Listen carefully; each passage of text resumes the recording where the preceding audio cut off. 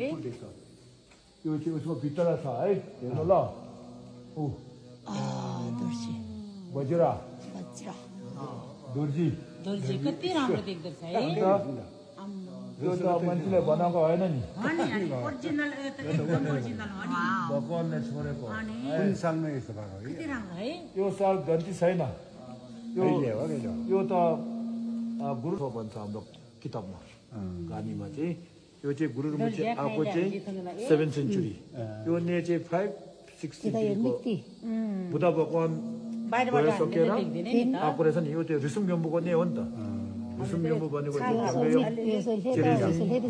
तिनवटाले बनाएको नै हो नि त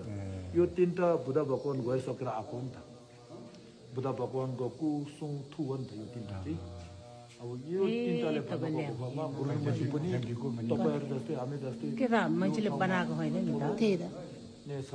रङजन हो रङजन तर यो चाहिँ आएर भगवान भएर उसले छिटो छिटो बङ्गला आँखा हुन्छ नि तपाईँहरू के हो शेर्पा कहाँबाट आयो सोलुबाट यो चाहिँ भगवानको थ्री नेता भन्छ नि हामी हजुर निधारमा भएको चाहिँ बिचको आँखा है यो यस्तो टोच नबालेर यस्तो यो लेजरले देखाउँदाखेरि आँखाको सेप नै देख्छ होइन हजुर अब उसको भित्र टोच भर्दाखेरि यो शङ्ख देख्छ नि हजुर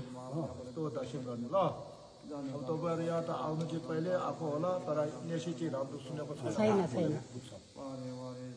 ए भित्र के छ शङ्ख छ होइन हजुर यो चाहिँ हाम्रो भन्छ नि बदमास नगर्नु माथिबाट हेर्छ है माथिबाट 24 घन्टा हेरेर बस्छ है भनेको यो आँखा चाहिँ त्यो हो नि हिसिबको चेन भन्छ हामीले हिसिबको चेन नम्का हिसिबको चेन भन्छ नि यो है अब यो चाहिँ गुरु मसीको जिउको छाप हो जिउको छाप बोडीको छाप बोडी पेन है यो चाहिँ गुरु मसीको यो फोटोमा हेर्न स्वस्ति यो फोटो सेम यसमा देख्छ यहाँ त मान्छेले अब डिजाइन गरेर कलर लगाएर यताउता गरेको हो नि त होइन अब यो सेम यता देख्छ यसमा है यो धोजी यो चाहिँ कुमो बोरा यो चाहिँ खुट्टा यस्तो गरेर हो यहाँबाट यस्तो लामो यस्तो फुटेको जस्तो चाहिँ उसको यो खटमका अन्त यसमा चाहिँ यो भित्र यो ढुङ्गा सेतो ढुङ्गा छ नि एउटा हजुर हजुर उसको भित्र एउटा फेस देख्छ तपाईँहरू पहिला यहाँ कतिखेप आयो होला पनि बिपी जस्तो आयो सानो सानोमा आयो त्यो फेस त देखेको छैन अहिलेसम्म देखाएको छैन ए उत्या रहेछ फेस मान्छेको टाउको जस्तो फेस देख्नुभयो देखेँ यो चाहिँ आयुको छेपामीको फेस हो नि त आयुको भगवान छेपामी थाहा छ होइन मान्छेको फेस देख्छ यहाँ चाहिँ गुरु नम्बरजीले छेपामी ढुक्से गरेको ठाउँ हो नि त छेपामी ढुक्से गरेर यहाँबाट लङ लाइफ पाएको ठाउँ हो नि त ए त्यहाँ पनि छ नि पर र पर एउटा स्याहार छ है हजुर एउटा यो चाहिँ हातको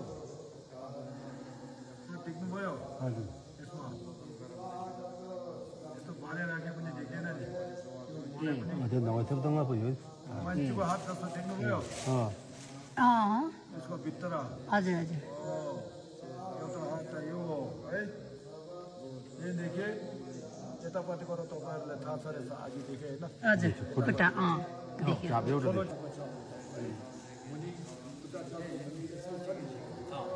हातको छाप खुट्टा सेम छ नि त है यो चाहिँ हातको छाप हो नि यो हात यस्तो गरेको यस्तो देखाएको उतापट्टिको हात चाहिँ यस्तो तल यस्तो खुट्टा एउटा यहाँ है यति चाहिँ यो यहाँ बनाउँदाखेरि इन्जिनियर एकदम ठुलो खालको इन्जिनियर आएको होला सबै छोपेछ नि त है यहाँ चाहिँ मान्छेको यो बनाउँदाखेरि छोपेछ नि त यहाँ सेप हेर्न यो हामी अहिले देखाउँछ नि यो चाहिँ गुरु मान्छेको जिउ हो भनेर देखाउँछ तर यो जिउ चाहिँ यो टाउको मात्रै देखाउँछ जिउ चाहिँ यस्तो हुँदैछ नि सेप यहाँ हेर्न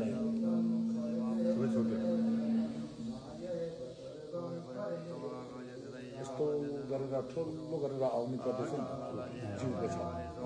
गुरुको मुछि उठेर यसमा चाहिँ छिटो छिटो पत्तरमा उठेर उसको यो एटखेरुका ढुप्पा कार्य भनेको एउटा ठुलो देउता हुन्छ 8वटा त्यससँग यो ढुप्पा गरेर मेडिटेसन गरेर राक्षस मारेको ठाउँ हो नि त चाहिँ त्यसले गर्दा यसमा चाहिँ गुरु मुछीले उठेर यो ढुप्पा कार्यको न्याम्ले गरेको ठाउँ भएर यो गुफाको नाम भन्छ कागे टापु उतापट्टिको चाहिँ आयुको सिरुको टापु भन्छ नि यहाँ चाहिँ कागे टापु भन्छ कके ठक्कु यो चाहिँ यसमा चाहिँ गुरु मुछी उठेको जिउको छ यो यसमा चाहिँ बसेको जिउको छ है यसको भित्र छ गुरु मुछीको खटमकाको छ टोपीको छ डमरू ढिल्बु कपाली सबै छ यता यसको भित्र छ अब यो चाहिँ गुरु मुछीको यो हो नि त के भन्छ